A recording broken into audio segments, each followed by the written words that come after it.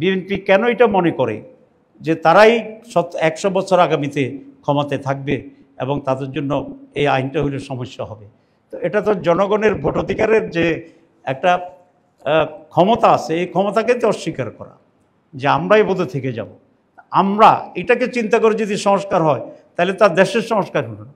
বিএনপির পুরো অ্যাটিটিউড হচ্ছে তারা কোথায় ক্ষতিগ্রস্ত হচ্ছে, তারা কোথায় লাভবান হচ্ছে, তাদের জন্য কিটা উপযোগী, সেই হিসাবে ওনারা একটা সংস্কার চাচ্ছেন। বিএনপি প্রথমেই তো কোনো সংস্কারই চাচ্ছিল না, এরপরে জনগণের চাপে তারা সংস্কার কমিশনে পার্টিসিপেট করেছে। এই জন্য আমি কয়েকবারই ধন্যবাদ জানাইছিলাম যে আপনারা আসতেছেন, অনেক ধন্যবাদ। এবং বিএনপিকে অ্যাকোমোডেট করার জন্য আমরা অনেক স্যাক্রিফাইস করেছি, অনেক পয়েন্টে আমরা ম্যানেজ করেছি। যেমন এনসিসির প্রস্তাব ছিল ন্যাশনাল কনস্টিটিউট কাউন্সিল করা, মানে আমাদের এখানে অনেকগুলো জায়গা যেরকম পিএসসি থেকে শুরু করে এরকম অনেকগুলোর জন্য একটা সাংবিধানিক বডি করে দেওয়া, যেখানে প্রধানমন্ত্রী, প্রেসিডেন্ট, সরকারি দল, যেমন চাকরি নিয়োগের ক্ষেত্রে, তারপর ইলেকশন কমিশনে কোনো ধরনের প্রভাব বিস্তার করতে না পারে। তো এটা বিএনপি ঘোর বিরোধিতা করেছে। কেন করেছে আল্লাহ ভালো জানে, এটা তো ভালো জিনিস, নিরপেক্ষ থাকতে পারে, তবুও তারা করেছে। করার পরে আমরা আলোচনার সুবিধার জন্য এবং আলোচনাটা কন্টিনিউ করার জন্য স্যাক্রিফাইস করেছি নাম পরিবর্তন। তারা চাইছে, আমরা নাম পরিবর্তন অ্যাকসেপ্ট করেছি এবং ওনারাও একটা নাম দিয়েছিল, যে নামটিকে আমরা গ্রহণ করেছি ন্যাশনাল কনস্টিটিউশনাল কাউন্সিল। এটা আমরা বাদ দিয়েছি কিন্তু মিটিংয়ে, টু অ্যাকোমোডেট বিএনপি। দেখলাম যে আমরা বেশি বললে ওনারা আবার উঠে চলে যেতে চায়, তো দেখলাম যে ওনাদেরকে দরকার, আচ্ছা আমরা একটা স্যাক্রিফাইস করছি দলের জন্য। 2 নম্বর, সেখানে এটা পাশ হচ্ছে একজন প্রধানমন্ত্রী একসাথে 10 বছর বেশি থাকতে পারেন না। তো এটা তো ওনারা তখন পত্রিকায় নিউজ দেখলাম যে বিএনপিটা মাইনে নিছে, কিন্তু আবার নোট অফ ডিসেন্ট দিচ্ছে। তো দিচ্ছেন তারা তো নোট অফ ডিসেন্ট, আমাদের তো কোনো অসুবিধা নেই, রেজাল্ট তো হয়ে গেছে, সিদ্ধান্ত তো হয়ে গেছে। আরেকটা ছিল দলীয় প্রধান আর প্রধানমন্ত্রী এক জায়গায় একজন হইতে পারবে না। এটা তো বিএনপির বিরুদ্ধে একটা সিদ্ধান্ত না, এটা যদি জামাত ইসলামী ক্ষমতায় আসে তাহলে আমাদের আমির শফিকুর রহমান সাহেব, আমির আর প্রধানমন্ত্রী একসাথে হইতে পারবেন না, বাকিদেরও কিছু,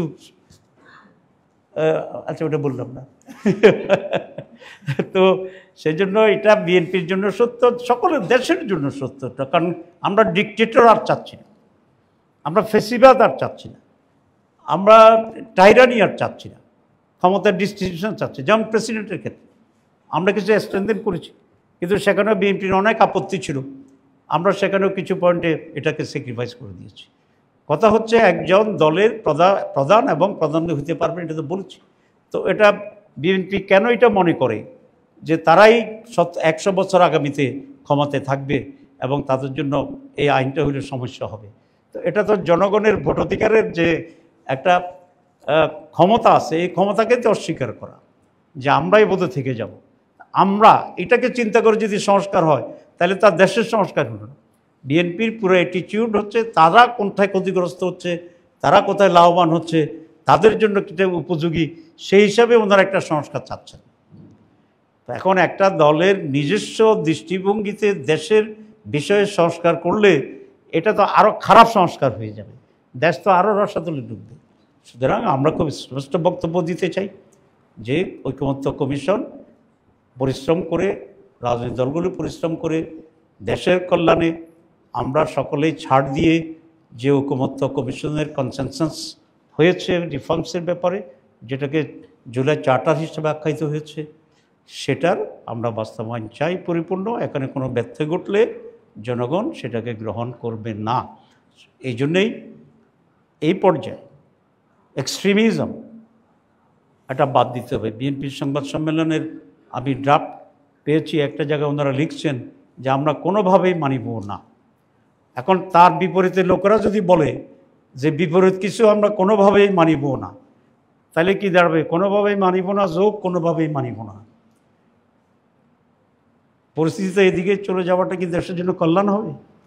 এটা দেশের জন্য কল্যাণ হবে না। আমি মনে করি সকলকেই রেশনাল হওয়া উচিত, সকলেই ঐকমত্যের ভিত্তিতে একটা পরিবেশ তৈরি করা উচিত এবং ফেব্রুয়ারিতে আমাদের চার্টার গ্রহণ করার পরে একটা সুষ্ঠু নির্বাচনে আমরা যাতে সকলেই অংশগ্রহণ করতে পারি সেই ব্যবস্থা গ্রহণ করা উচিত।